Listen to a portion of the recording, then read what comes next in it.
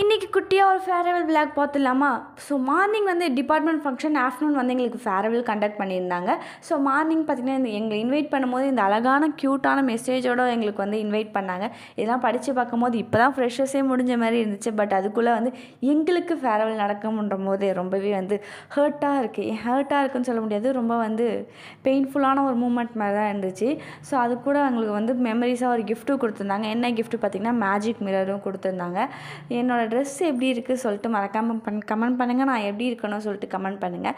So morning ஃபுல்லாக department function நடந்ததுனால ரொம்ப நேரம் பேசிகிட்டு இருந்தாங்க. பேசி முடிச்சதுக்கப்புறம் நம்மளுக்கு வந்து பிரியாணி ப்ரொவைட் பண்ணாங்க ஜூனியர் பசங்க. ஸோ அதுவுமே நம்மளுக்கு பிரியாணின்னு எழுதி கொடுத்தாலே சாப்பிட்ற கேஸ் இல்லையா? ஸோ அதுவுமே எனக்கு நல்லாவே இருந்துச்சு. ஆனால் கொஞ்சம் டயர்டாகவும் இருந்துச்சு. ஏன்னா வந்து ஃபுல்லாக உட்காண்ட்ருந்த மாதிரி இருந்துச்சு. அதுக்கப்புறம் வந்து நம்மளோட டான்ஸ்லாம் ஆடி முடிச்சதுக்கப்புறம் ஃபைனல் அவுட்புட்டும் உங்களுக்கு நான் வந்து லாஸ்ட்டாக கொடுக்குறேன். என்னோடய டான்ஸும் எப்படி இருக்குதுன்னு சொல்லிட்டு மறக்காம கமெண்ட் பண்ணுங்கள். Tata bye bye. Thanks for